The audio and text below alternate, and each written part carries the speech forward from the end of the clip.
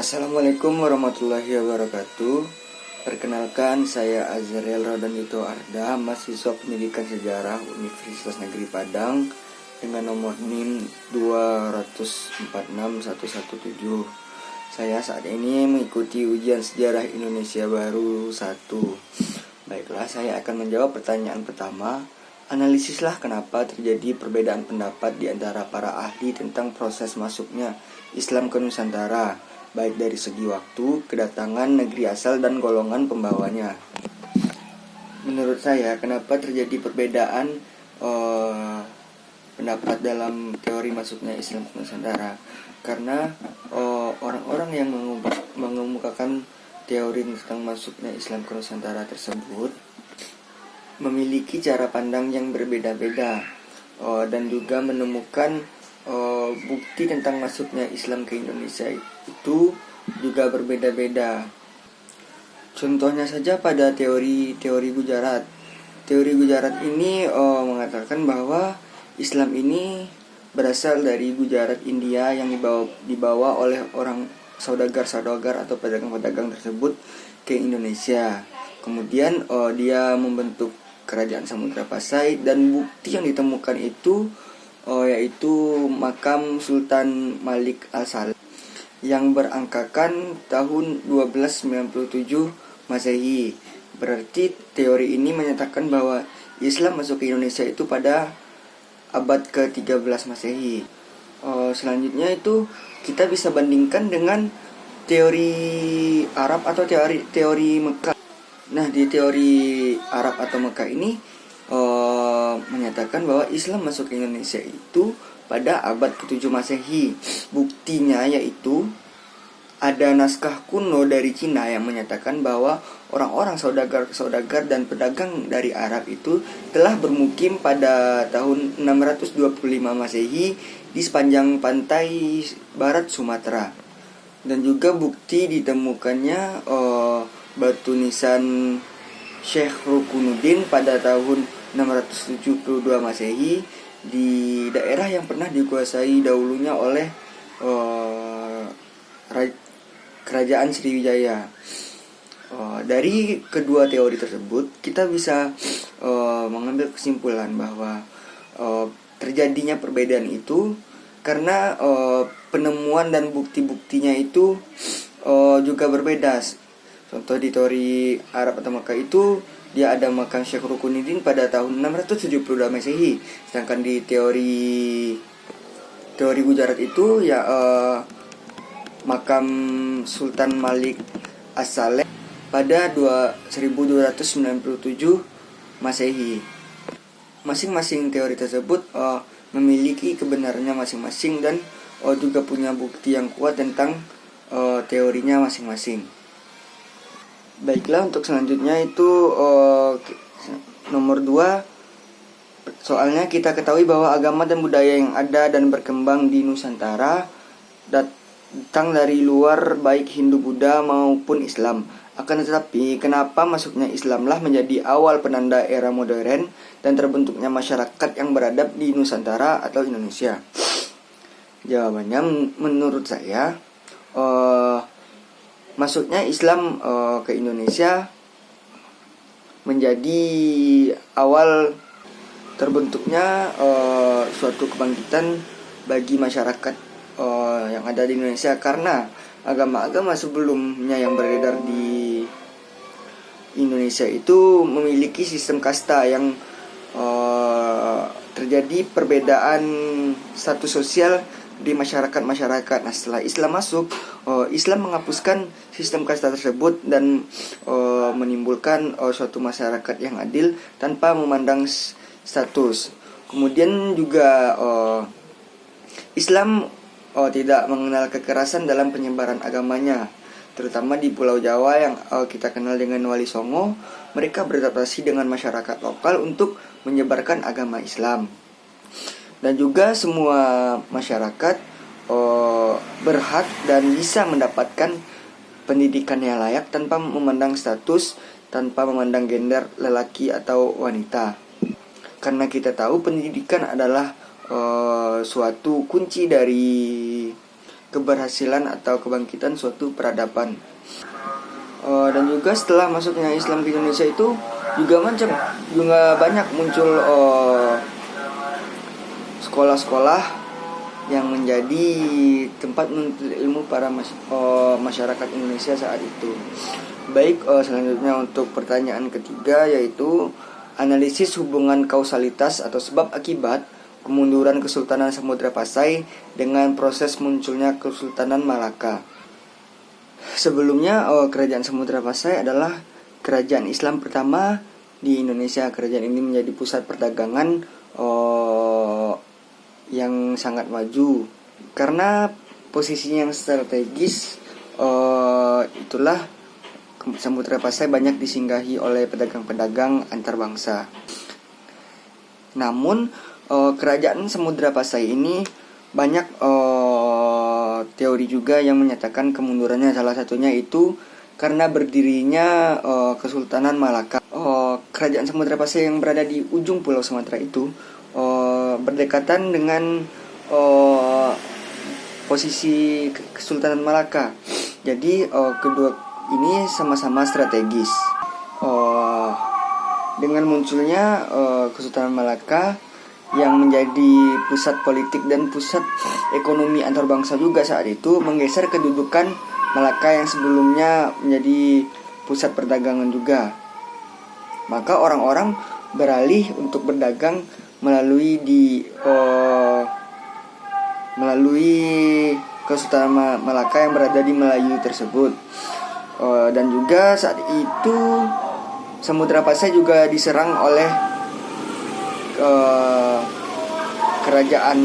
kerajaan Aceh.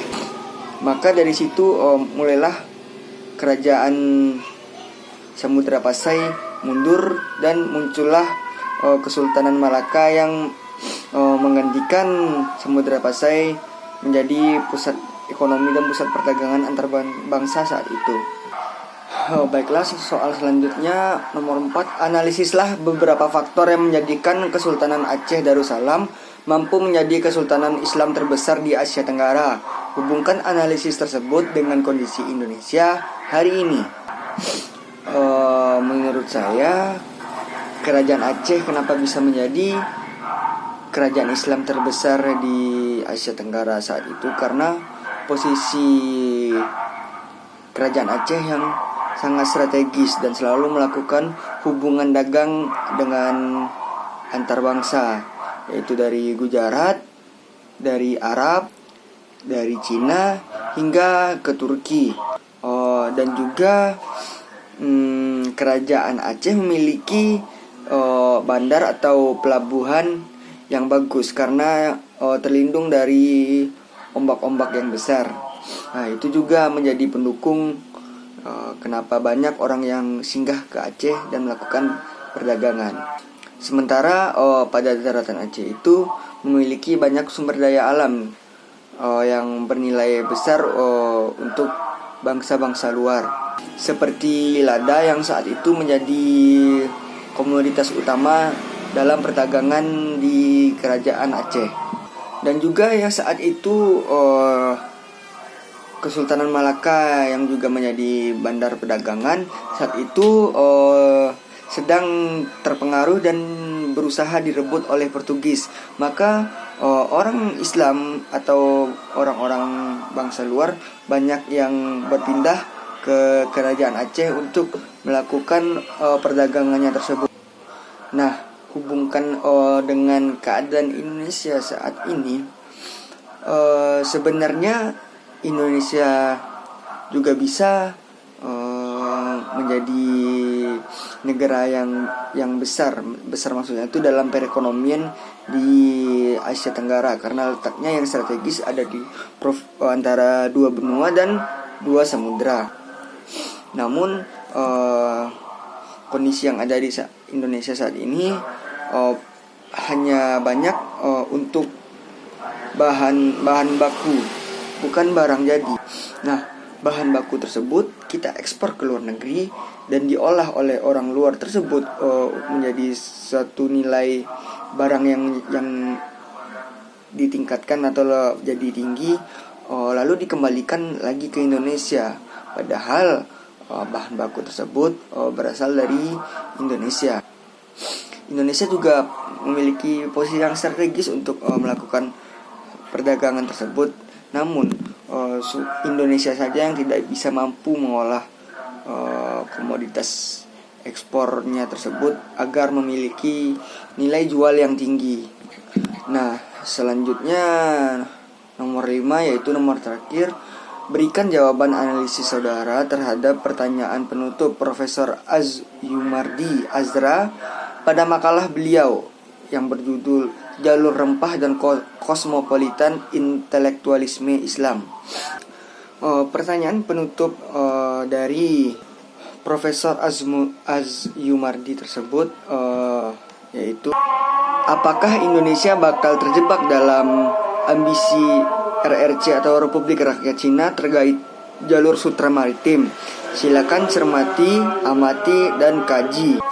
Kalau menurut pernyataan dari Profesor Azyumardi dihubungkan dengan kondisi Indonesia dengan Cina saat ini, menurut saya Indonesia memang akan melakukan tersebut dan sedang terjebak dalam ambisi Tiongkok tersebut. Karena dalam tulisan Profesor Azyumardi tersebut juga mengatakan Presiden Jokowi juga ingin menjadikan Indonesia sebagai poros maritim di antara lautan India dan lautan Pasifik, sama sekali atau berdekatan dengan tujuan dari pemerintahan Tiongkok tersebut. Dan di kalimat terakhir Profesor Azyumardi tersebut juga mengatakan Tiongkok bakal sepenuhnya berpartisipasi aktif dalam pembangunan Indonesia sebagai kuasa maritim. Nah, contohnya saat ini sudah kita bisa rasakan, yaitu banyak utang Republik Indonesia ini yang dimintakan kepada Cina. Indonesia mengundang investor-investor dari Cina untuk membangun Indonesia ini pada saat era pemerintahan Jokowi saat ini.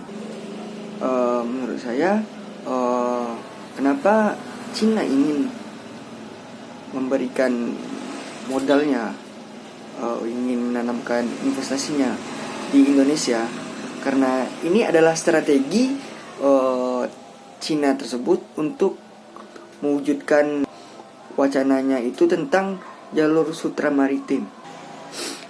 Ketika hutang yang diberikan atau pinjaman yang diberikan oleh Cina ke Indonesia tersebut melewati batas waktu yang dijanjikan atau ditentukan dan tidak bisa dibayarkan oleh Indonesia, maka aset-aset yang dimiliki oleh Indonesia saat ini tentu saja mungkin bakal dikuasai oleh Cina. Berarti bisa dibilang saat ini aset Indonesia ini sedang dipertaruhkan, karena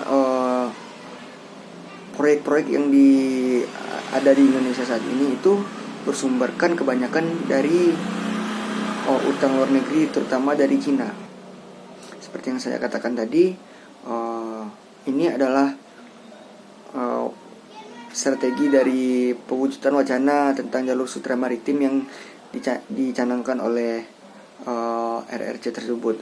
Allahu a'lam, kita tidak ada yang tahu. Semoga Indonesia tetap baik-baik saja. Terima kasih, saya telah menjawab 5 pertanyaannya. Assalamualaikum warahmatullahi wabarakatuh.